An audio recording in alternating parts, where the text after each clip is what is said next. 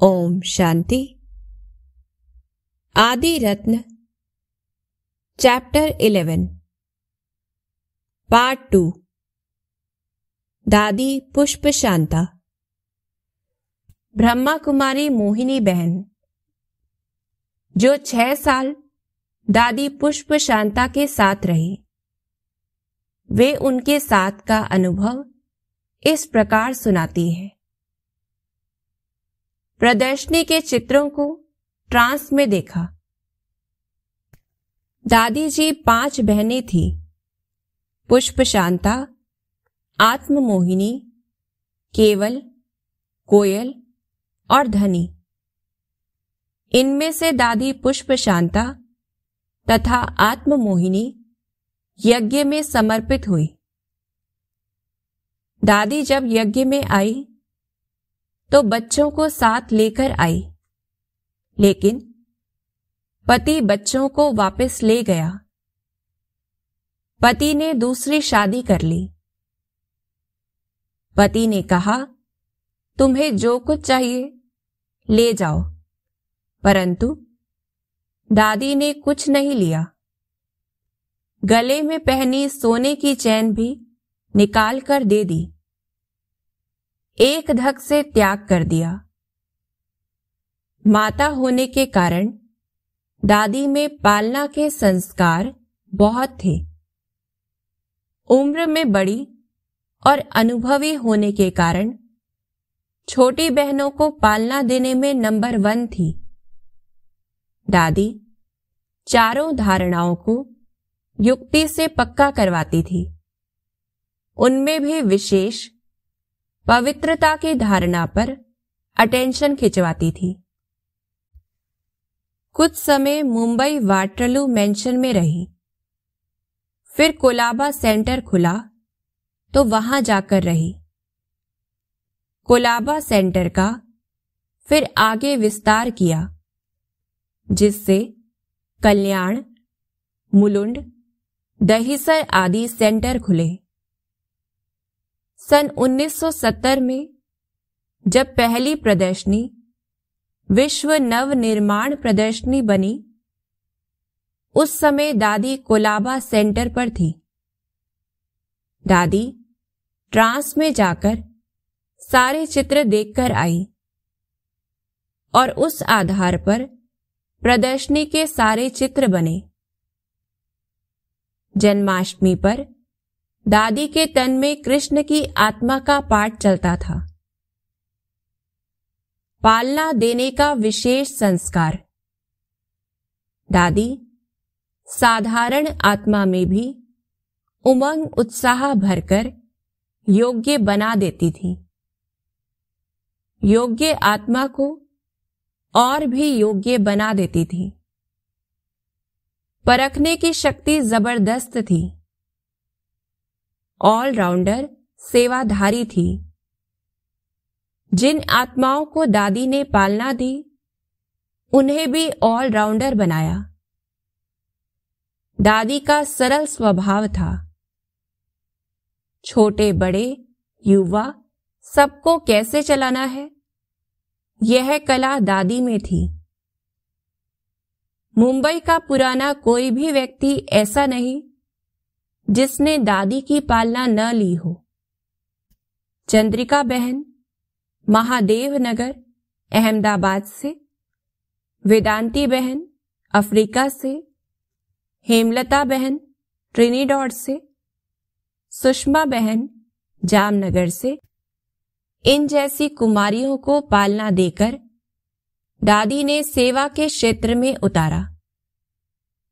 और आज ये बहनें ब्राह्मण परिवार में नक्षत्र की तरह चमक रही है। निर्वैर भाई, रमेश भाई, डॉक्टर निर्मला बहन, शीलू बहन, इन अमूल्य रत्नों ने भी दादी से पालना ली है। देने में दिलदार। दादी जी के 5 बच्चे थे, जिनमें 2 लड़कियां और 3 लड़के थे। एक लड़की सन्यासिनी बन गई। दादी के दामाद खूबा वाटुमल को दादी के प्रति बहुत भावना थी। उन्हीं ने दादी की याद में माउंट आबू के ग्लोबल हॉस्पिटल का निर्माण कराया। दादी के बेटे और दामाद ने मिलकर कोलाबा में सेंटर खुलवाया। दादी को हार्ट की तकलीफ थी। उन्होंने 7 फरवरी 1983 को मुंबई में पुरानी देह त्याग की। उस समय माउंट आबू में पहली अंतर्राष्ट्रीय कॉन्फ्रेंस चल रही थी। जब दादी ने शरीर छोड़ा तो अलमारी में सिर्फ 8 साड़ी और 1 जोड़ी चप्पल थी। दूसरों को देने में दिलदार थी, परंतु खुद के लिए कुछ नहीं रखा। मुलुंड सेवा केंद्र की संचालिका ब्रह्मा कुमारी गोदावरी बहन, जो सन 1958 में दादी जी के संपर्क में आई और उनसे पालना ली, वे दादी जी की विशेषताएं इस प्रकार सुनाती हैं। समर्पित कराने के निमित्त। आदरणीय पुष्प शांता दादी जी हमारे लौकिक घर में सप्ताह में 3 बार क्लास कराने आती थी। उस समय हमें बाबा की तथा यज्ञ इतिहास की बातें सुनाती थी। लौकिक घर के कुछ सदस्य इतना समझते नहीं थे। दादी जी और बाबा की प्रेरणा से जब हमें ट्रांस का पाठ मिला तो धीरे धीरे सारे घर का वायुमंडल परिवर्तित होने लगा। घर के सभी सदस्यों को ऐसी अलौकिक शक्ति प्राप्त हुई जो निश्चय बुद्धि बनकर हमें इस यज्ञ में समर्पित कर दिया। दादी जी हमेशा कहती थी कि योग बल के द्वारा ही संपूर्ण विजयी बनना है और मौन की भाषा से कर्म बंधनों से निर्बंधन बनना है। दादी जी द्वारा दी गई ऐसी अनेकानेक सूक्ष्म शिक्षाओं ने हमें लौकिक स्वभाव संस्कार संबंध संपर्क परिवर्तन करने में बहुत मदद की, सदा आगे बढ़ाया। दादी जी की सरलता, सहयोग, स्नेह, बाबा के समीप ले जाने की उत्कंठा ने ही हमें बाबा के समीप लाया। उन्होंने ही बाबा से हमें मिलाया। हम ज्ञान मार्ग में आगे बढ़ते रहे। उसके लिए दादी जी ने दिन रात सहयोग दिया। हर पल, हर घड़ी दादी जी चाहती थी कि चारों ही विषयों में इस आत्मा को मैं बहुत ही आगे बढ़ाऊं, जो बाबा का नाम बाला करे। सेवा के हर कार्य में तथा मनसा वाचा कर्मणा से आगे बढ़ाने में अग्रसर रहती थी। ईश्वरीय नियमों की पालना में भी दादी जी हमें निश्चय बुद्धि बनाकर आगे बढ़ाती रही। दुआओं का सहयोग। दादी जी सिखाती थी कि आने वाली आत्माओं को बाबा का परिचय देकर कैसे उनकी पालना करनी चाहिए।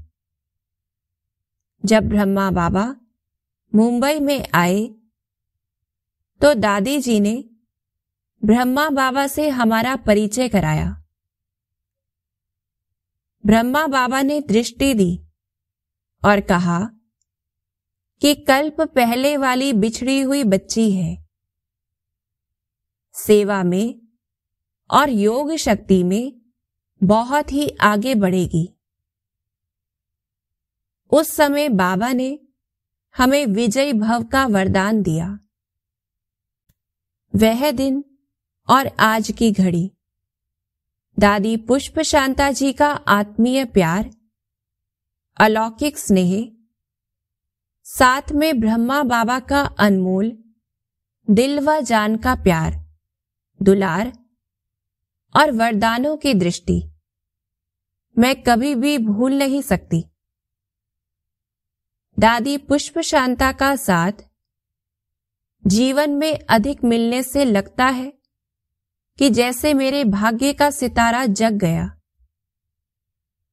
उनकी सूक्ष्म दुआएं, स्नेह और सहयोग का साथ और शक्तियों का हाथ अभी तक भी अनुभव होता है। उनकी दुआओं से लगता है कि मैं दिन दुगनी रात चौगनी ईश्वरीय यज्ञ में आगे बढ़ती जा रही हूं। जामनगर से ब्रह्मा कुमारी सुषमा बहन दादी पुष्प शांता जी के बारे में लिखती है, मैं दादी जी के साथ मुंबई में 4 साल सेवा साथी बनकर रही। दादी जी अपने लौकिक जीवन के बारे में कई बार सुनाती थी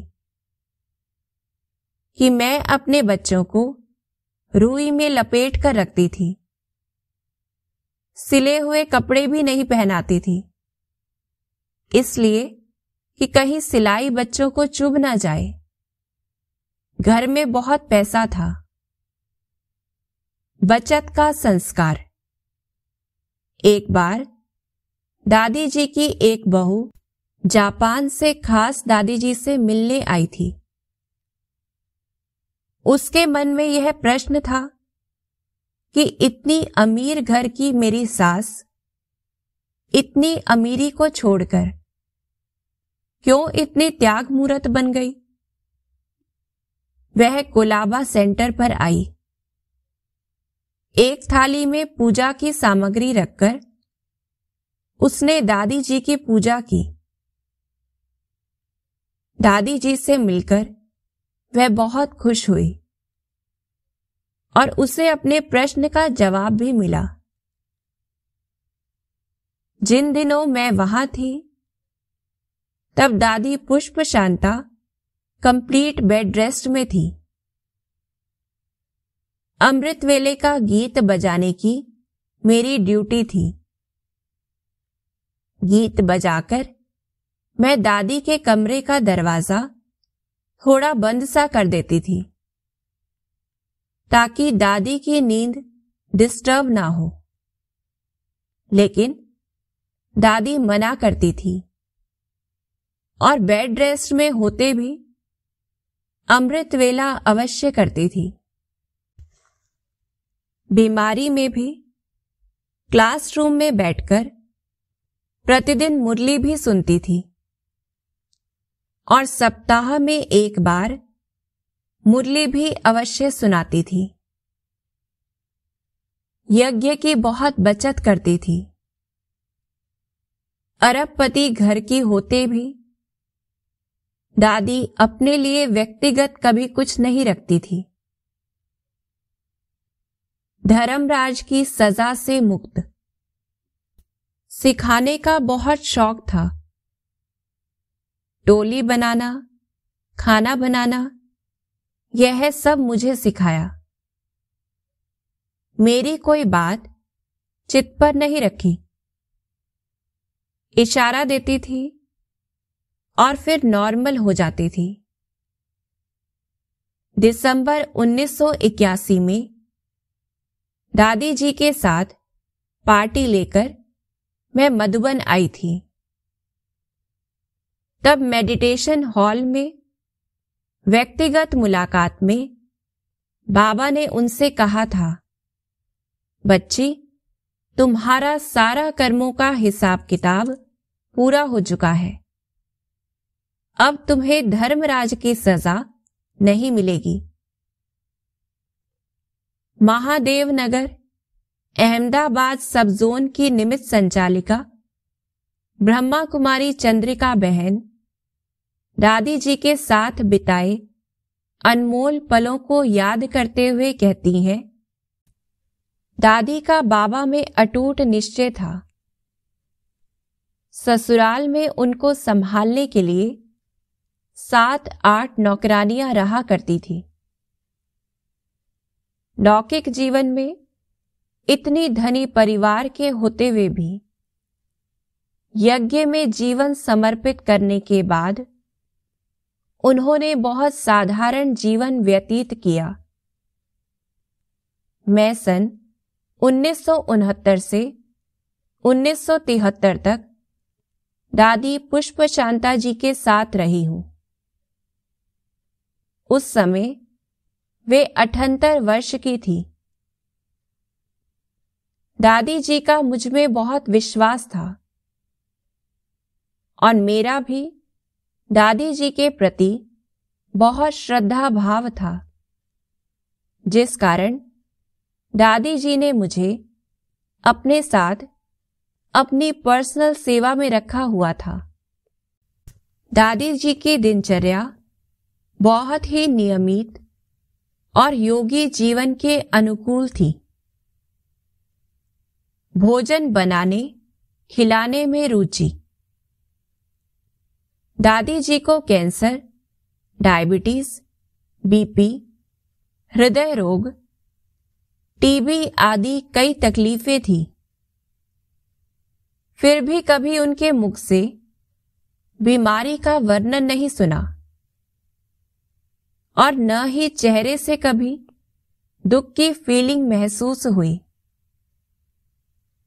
उन्हें कई प्रकार की ट्रीटमेंट लेनी पड़ती थी, लेकिन फिर भी ब्रह्म मुहूर्त में ठीक 3:30 बजे उठती थी और बाबा के साथ अपनी लगन लगाती थी।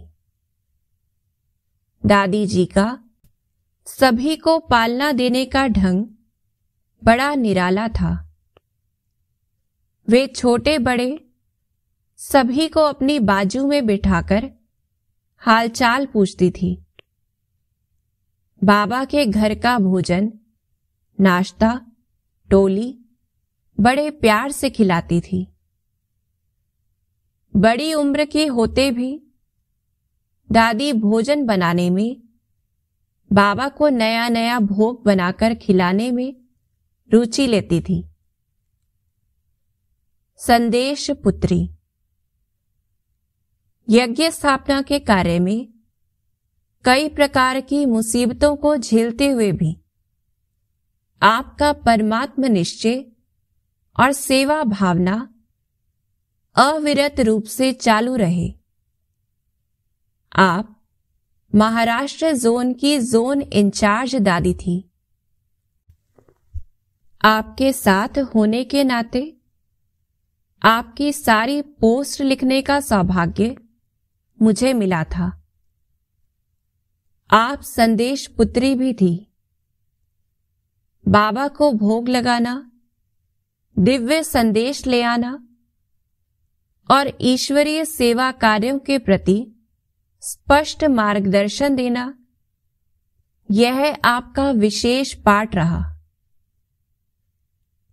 मुंबई के कोलाबा एरिया में रेडियो क्लब के पास गीतांजलि बिल्डिंग में सेवा केंद्र था,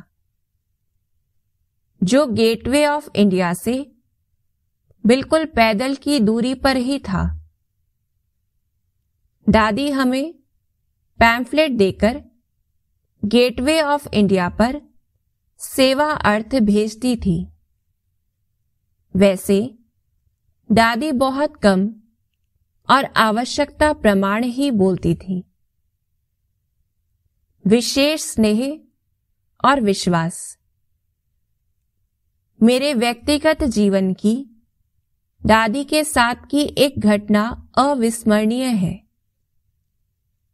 मुंबई में रहते समुद्र की हवा ने धीरे धीरे मेरे स्वास्थ्य को खराब असर पहुंचाया और स्किन एलर्जी, दमा, कान में पस आदि बहुत तकलीफें होने लगी। काफी इलाज और दवाइयों के बावजूद भी कोई असर नहीं हो रहा था। डॉक्टर ने कहा, इनको वेदर चेंज कराओ। दादी ने कहा, नहीं, इनको अच्छी से अच्छी ट्रीटमेंट दो। जितना भी खर्च होगा मैं करने को तैयार हूं, लेकिन इनको अपने पास से कहीं जाने नहीं दूंगी। बाद में दादी जी ने डॉक्टर की राय से थोड़ा समय के लिए वेदर चेंज करने मुझे अहमदाबाद भेजा और वहां मेरा स्वास्थ्य तीव्र गति से ठीक होने लगा। फिर भी दादी जी के आग्रह पर मुझे वापस मुंबई आना ही पड़ा। मुंबई आने के बाद फिर स्वास्थ्य खराब होने लगा। आखिरीन स्वयं बाबा ने और दादी प्रकाशमणि जी ने यही फैसला किया कि मुझे मुंबई छोड़ना है। जब मैं मुंबई छोड़ रही थी तब दादी जी गदगद होकर कहने लगी, चंद्रिका, तुम बाबा की दुकान की बहुत अच्छी मैनेजर हो। जब मैंने घर छोड़ा था तब भी मुझे इतना कष्ट नहीं हुआ था जितना आज तुम्हें विदाई देने पर महसूस कर रही हूं। मैं महसूस करती हूं आज मैंने जो कुछ भी सीखा है और जीवन में जो भी विशेष प्राप्तियां की हैं, वो दादी जी के मुझ में विश्वास, प्रेम भाव तथा उनके आशीर्वाद वरदान के रूप में मिले हैं। मैं अपने को बहुत ही भाग्यशाली समझती हूं कि मेरे इस जीवन के प्रारंभ काल में मुझे ऐसी ममतामयी दादी मां मिली जिससे सद्गुणों को जीवन में मैं सहज ही उतार पाई। दादी पुष्प शांता जी के साथ ही उनकी छोटी बहन दादी आत्ममोहिनी जी भी रहते थे। उनका भी मेरे साथ इतना ही स्नेहपूर्ण व्यवहार रहा। ओम शांति।